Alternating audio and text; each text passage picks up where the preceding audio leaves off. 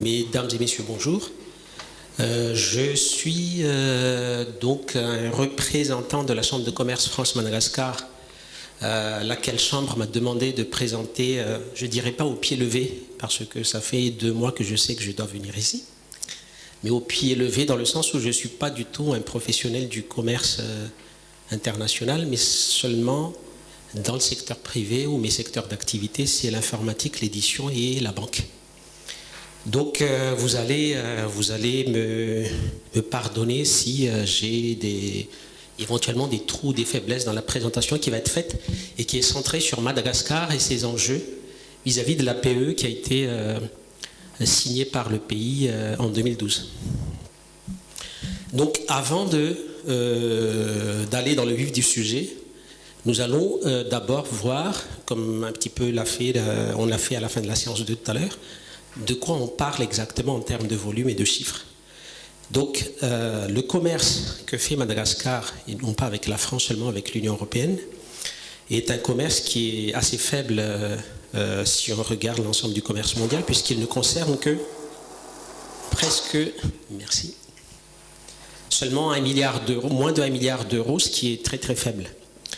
Dans ce commerce-là, ce qui est important de retenir, c'est que Madagascar, entre guillemets, gagne plus d'argent en vendant plus à l'Union européenne, plutôt que l'Union européenne qui vend Madagascar. Donc vous voyez que, par exemple, sur la balance commerciale, on a un excédent de presque 500 millions d'euros. Et donc, en fait, tout l'intérêt de Madagascar dans ces négociations, c'est d'essayer de maintenir cette capacité à exporter vers la France essentiellement, mais vers l'Union européenne aussi, en général. Donc là, vous voyez, 42% de nos exportations vont vers l'Union européenne, le reste vers le reste du monde, donc ce n'est pas négligeable.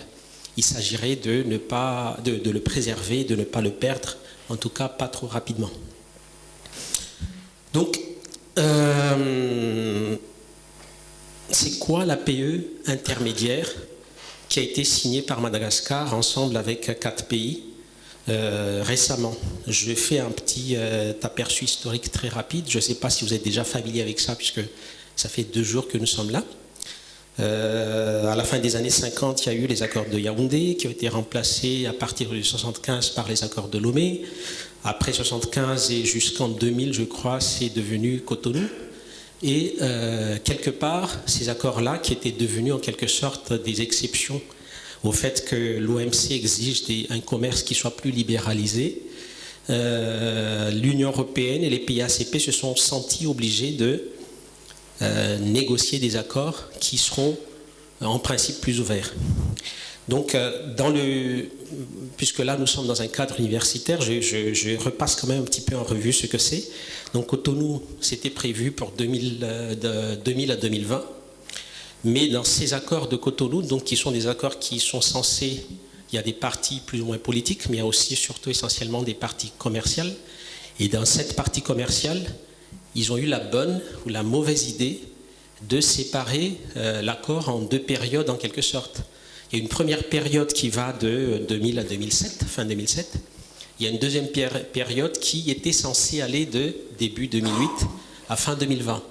Et cette deuxième période était une période qui était déjà désignée à l'avance à l'époque comme étant la période où on allait commencer à instaurer ce qu'on appelle donc maintenant les accords de partenariat économique, en pensant négocier déjà dès 2001 ces accords-là et aboutir à quelque chose qui soit accepté par tout le monde à la fin 2007.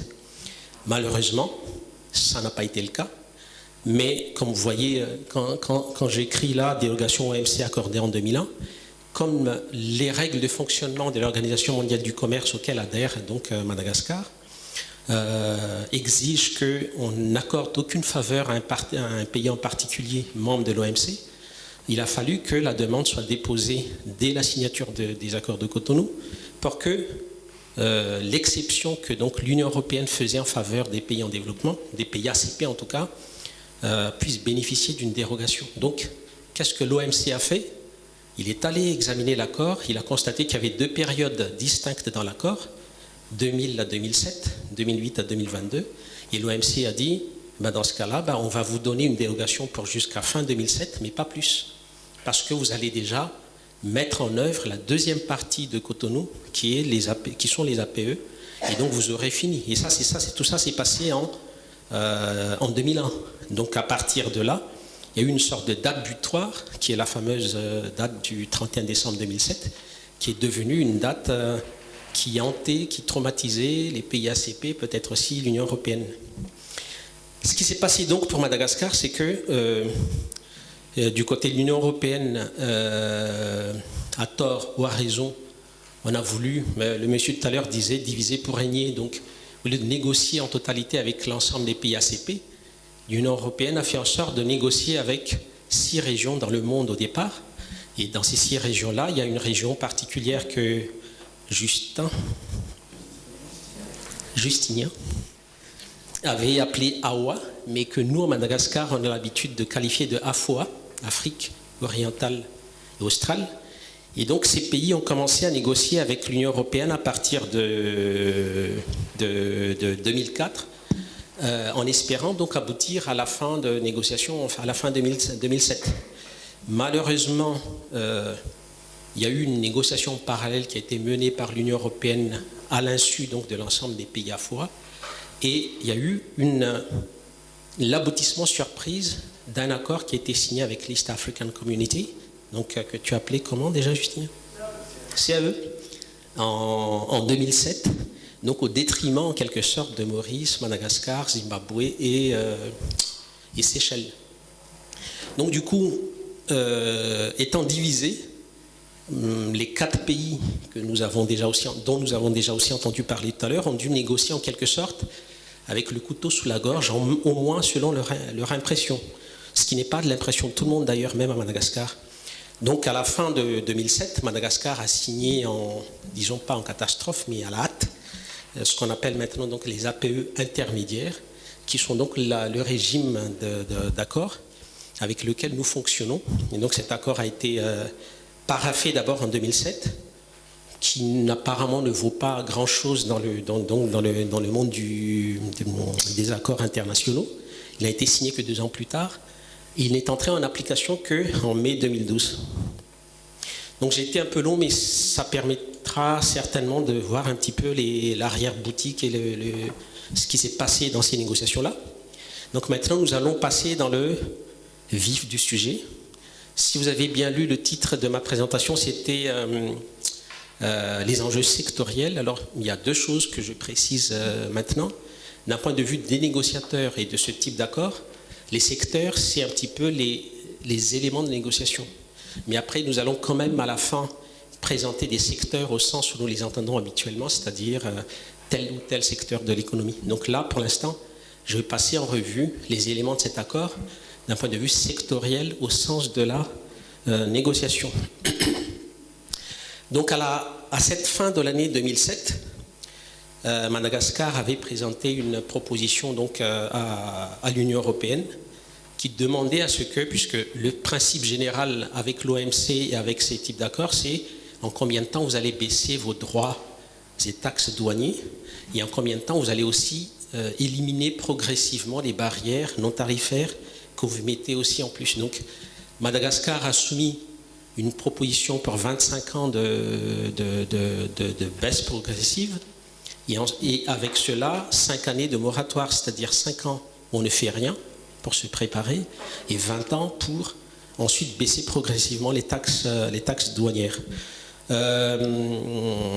L'Union européenne donc n'a pas accepté cette proposition et donc ce qui a été signé rapidement à la fin 2007, c'est plutôt 15 ans de baisse progressive des taxes, avec donc 5 ans de moratoire, de 2008 à 2012, et ensuite donc 10 ans où Madagascar s'engage à baisser progressivement les taxes sur 80% des importations qu'il fait en provenance de l'Union européenne, jusqu'à une disparition totale. De son côté, l'Union européenne, en étant une économie forte, a immédiatement, même pas à l'entrée en vigueur en 2012 donc de l'APE, mais immédiatement supprimé ces taxes douanières pour les importations de l'Union en provenance de Madagascar. Donc ça a eu lieu dès à partir de décembre 2007, donc à peine 10 jours, une semaine après qu'un accord ait été trouvé. Maintenant, je crois que Madame posait la question tout à l'heure de comment ça se passe ces baisses-là. Donc le calendrier général, c'est 15 ans. Mais pour Madagascar, il y a donc les 5 ans qui ont été demandés pour l'ensemble des droits et taxes. Et ensuite, on a séparé les différents types de produits en 3 grandes catégories. Donc les matières premières, ensuite ce qui est un petit peu plus transformé, et enfin les produits finis. Et donc pour les matières premières, puisque Madagascar en importe plus qu'il n'en produit pour son industrie, il a accepté qu'après la période moratoire, on puisse immédiatement être à 0% de droits et taxes à l'importation pour que les intrants soient moins chers pour l'industrie locale. Ensuite, pour les produits qui sont transformés, le montant était déjà de 10% en taxes douanières au début de la période APEI. Et donc on s'engage sur 2014 jusqu'à 2020 à ce que ça baisse petit à petit. Alors dans ces éléments-là, il n'y a pas que le montant de la taxe douanière, il y a aussi, c'est une habitude de la négociation commerciale, on ne travaille pas sur l'ensemble des produits. Donc simultanément à la baisse de la taxe, il y a aussi l'étalement de cet abaissement sur l'ensemble de ce qu'on appelle toute la nomenclature douanière et qui est donc étalée. Là, on est parti de 20% des produits dans la nomenclature et on va progressivement, en même temps que la taxe, aller sur 100% de cette nomenclature-là.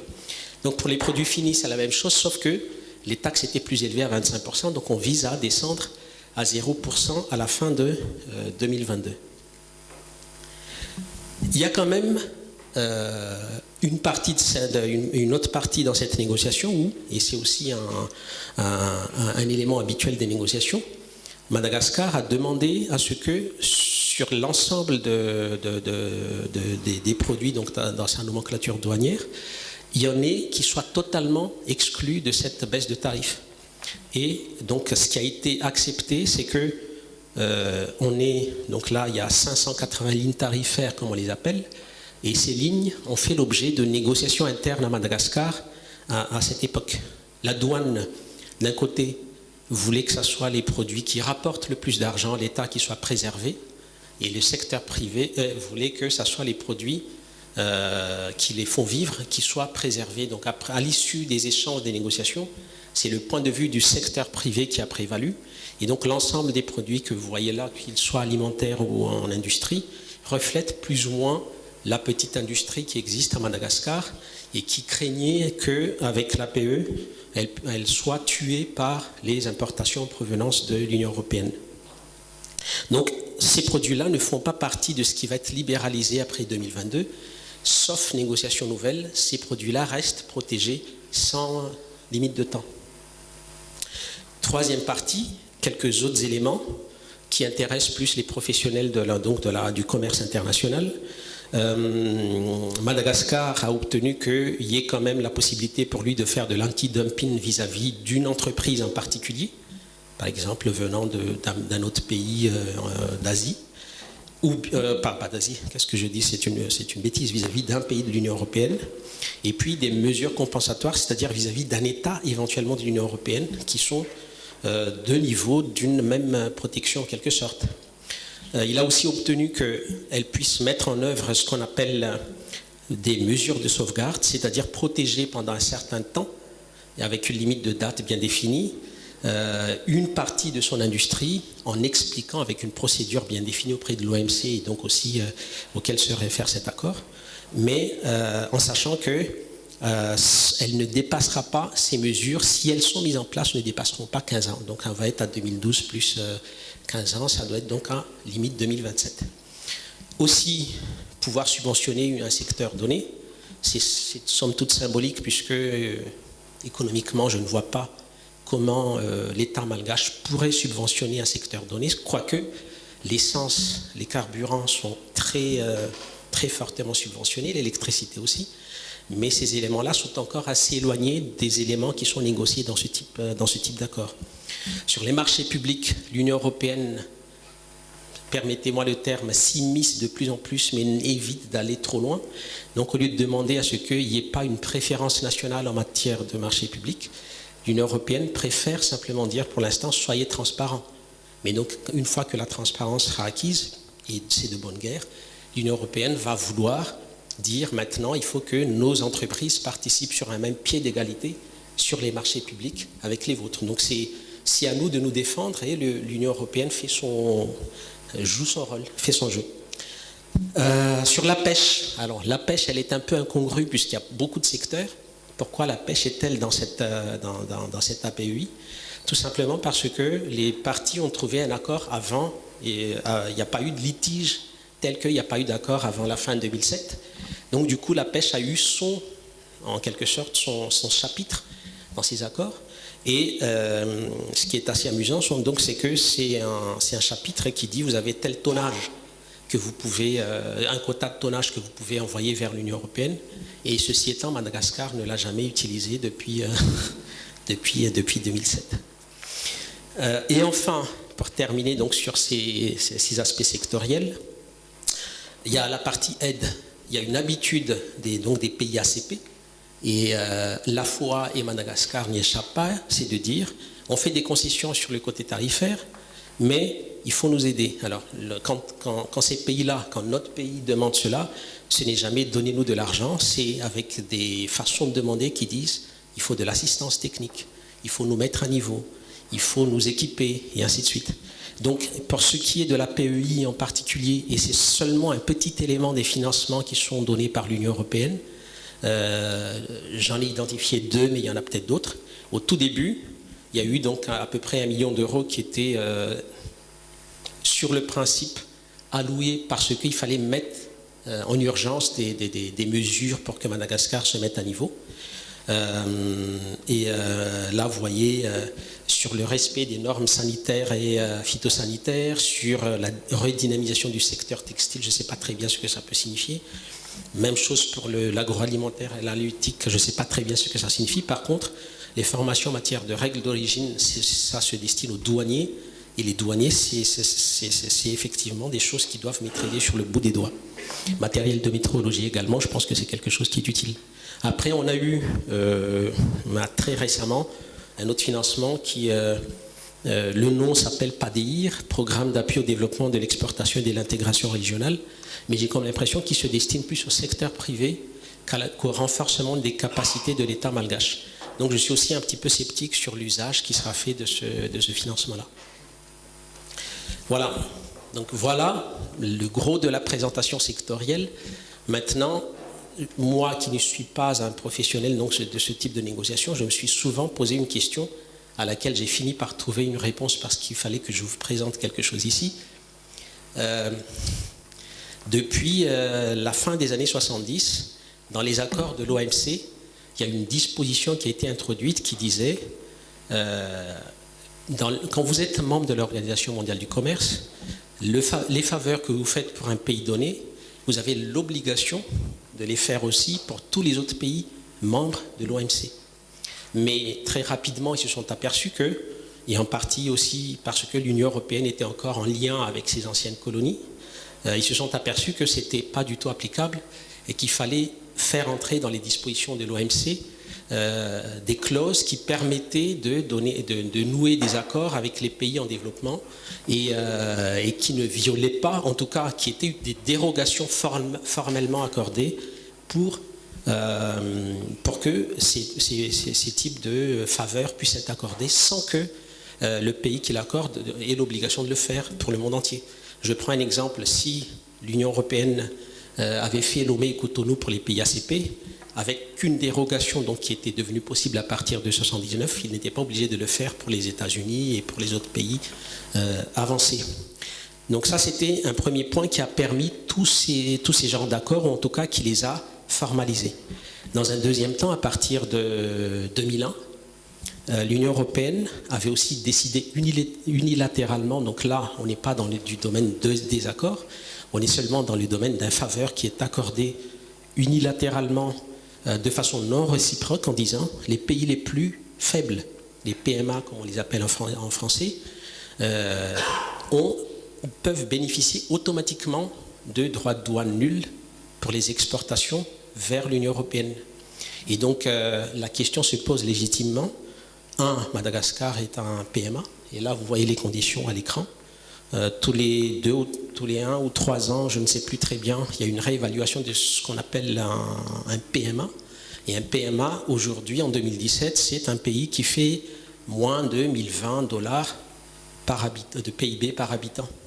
Donc Madagascar, on est à 400 à peu près, donc Madagascar, pendant longtemps, va encore rester dans le statut de PMA automatiquement. Donc l'Union européenne a donc pondu une faveur à destination des 48 ou 47 PMA dans le monde entier en disant « vous exportez tout chez nous, aucun droit de douane ». Donc la question qui se pose, c'est comment se fait-il que nous nous sentions obligés, quasiment le couteau sous la gorge, entre octobre, novembre et décembre 2007, à négocier un APE avec l'Union européenne, alors qu'en ne faisant rien, nous tombions automatiquement dans le régime de ce qu'on appelle donc, le régime en question s'appelle le tout sauf les armes, everything but arms. Et pourquoi le faire? Alors la réponse tient en 2 choses. La première, je vais plutôt dire la deuxième, c'est parce que ce qu'on appelle les règles d'origine dans ces types d'accords est beaucoup moins favorable au niveau du régime TSA qu'au niveau des régimes qu'on avait d'une part dans Cotonou et qu'on a eu avec les APE. Grosso modo, si j'importe du tissu de Chine ou d'Inde, que je le transforme dans les zones franches de Tana et que je les revends vers l'Union européenne, ces tissus-là sont acceptés et donc je peux bénéficier des droits de douane favorables dans le cadre de la PEI, tandis que si je tombe dans le régime de TSA, je dois utiliser des tissus fabriqués localement à Madagascar. Donc c'est des règles assez techniques, assez spécifiques comme ça qui ont fait que les autorités malgaches se sont senties obligées de négocier rapidement et d'accepter un APEI. La deuxième chose qui ne m'a pas semblé évident, mais qui m'est maintenant évident, c'est que c'est un régime unilatéral. Contrairement à beaucoup d'autres régimes, il n'y a pas de date limite. Et ça a été, je crois que jusqu'à présent, l'Union européenne n'a jamais dit quand est-ce que ça allait prendre fin. Par contre, je n'ai pas réussi à trouver le texte qui permettait la dérogation officielle qu'aurait pu accorder l'OMC à ce régime-là en particulier. Il doit exister certainement, il faut chercher un peu. Et donc, pourquoi ne pas en profiter?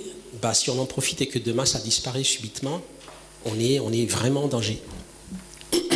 Parce qu'on n'a aucun moyen, ce n'est pas un accord, nous n'avons pas signé, l'Union européenne peut faire ce qu'elle veut. Maintenant, le futur. Donc, si vous vous rappelez, il y a eu division de la partie AFOA. Sur les 11 pays de l'AFOA, 4 ont signé et donc 4 ont mis en œuvre l'APEI. À la fin 2017, les Comores se sont joints aux 4, donc maintenant c'est Madagascar, Comores, Seychelles et Zimbabwe et l'île Maurice. Et donc avec ces 4-là, l'Union européenne a dit non, on ne négocie pas avec vous, on veut renégocier de nouveau avec l'ensemble des 11 pays. Mais sauf que les autres pays ont dit non, on ne veut toujours pas signer l'APE, on n'en a pas envie. Donc au final, entre 2011 et 2016, l'Union européenne s'est dit, dans ce cas-là, la négociation est au point mort complet, on abandonne l'APE pour la FOA et on va améliorer la PEI qu'on a signée avec Madagascar et les autres. Et si les autres ils veulent se joindre à nous, tant mieux. S'ils ne le veulent pas, on continue. Et donc c'est ce qui s'est passé en 2016. Et donc le processus de négociation qui a été repris depuis 2016 est un processus qui n'implique toujours que ces 5 pays-là. Donc le principe de ces nouvelles négociations, c'est d'un côté, donc on approfondit parce qu'il y a plein de secteurs qui ont été exclus. Vous vous souvenez que la pêche était le secteur qui était formellement mis dedans. Et puis l'élargissement qui est, on espère que les 6 autres pays acceptent enfin de venir, les 6 autres États plutôt, acceptent de venir dans la négociation. Quelles sont les grandes lignes? Alors là, je vous présente les éléments de la toute dernière réunion qui a eu lieu donc, au Zimbabwe en juin. Donc, j'ai vu aussi circuler les documents préparatoires de ces réunions-là et c'est grosso modo les mêmes choses à quelques nuances près. Donc, je les passe rapidement en revue. Dans les services, en négociant, ils se sont dit, d'accord, les pays comme Madagascar n'ont pas modifié les lois sur l'immigration ou la nationalité. On vous demande, nous, l'Union européenne, juste que vous facilitiez le déplacement des gens qui viennent en mission à Madagascar, donc les consultants, les intervenants des multinationales, etc. Donc ça, c'est un premier point. Un deuxième point, ce sont maintenant les 5 pays qui disent, nous, parce qu'on a vraiment du mal avec les mesures sanitaires et phytosanitaires, on vous demande que dans le prochain APE, il y ait des mesures d'assistance pour que nos administrations puissent vraiment, et nos entreprises aussi, puissent vraiment répondre à ces exigences de santé et de santé. Troisième élément, c'est la demande des pays à fois, donc des 5. On va essayer à ce que vous reconnaissiez quand même les quelques normes qui existent chez nous en équivalence, de telle sorte qu'on ait aussi moins de paperasserie administrative quand il s'agit d'aller exporter des biens et des produits chez vous. Et puis, assistez-nous aussi sur la mise à niveau. Sur la facilitation des affaires, donc c'est une demande de l'Union européenne. Il y a un accord qui s'appelle donc le Trade Facilitation Act, je crois, qui ont des dispositions assez particulières que les 5 pays ne maîtrisent pas. Et donc, une fois de plus, les 5 pays demandent à ce qu'il y ait de l'assistance. Sur les règles d'origine dont nous parlions tout à l'heure avec la TSA, les 5 pays disent on ne veut surtout pas qu'il y ait régression. S'il y a une négociation, on voudrait qu'elle soit encore plus souple. Donc, c'est même pas ce qu'on a maintenant avec la PEI, on voudrait que ça soit encore plus souple que ce qu'on a avant. Alors, l'Union européenne, par contre, elle dit nous voulons que ça soit aligné avec les autres APE qu'on a signés tout à l'heure. Alors, j'ai entendu dire que les Caraïbes ont déjà signé, la SADC aussi a déjà signé, je crois, non ? Mais en tout cas, l'Union européenne refroidit un petit peu l'ardeur des pays, des 5 pays à fois. Il y a un accord sur la protection de la propriété intellectuelle, mais là encore avec une faible capacité à mettre en place du côté malgache et peut-être pas en Maurice, mais au moins à Madagascar. Sur l'agriculture, Madagascar voudrait qu'il y ait eu des provisions sur la sécurité alimentaire, mais en clair, cela signifie simplement pouvoir mettre en place des mesures de sauvegarde au cas où le pays en a besoin. Et puis, de l'assistance pour essayer de faire en sorte qu'il y ait plus d'échanges entre Maurice, La Réunion et les pays de la région.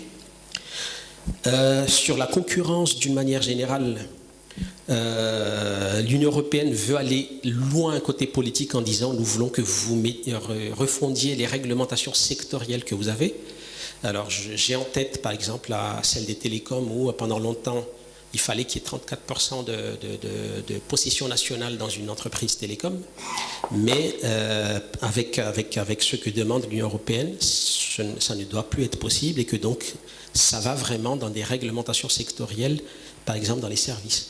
Par contre, les 5 pays disent simplement non, nous on veut que ça soit quelque chose de plus général qui soit de l'ordre d'une loi sur la concurrence et non pas aller toucher à toutes nos lois sectorielles, pétrole, télécom, transport, etc.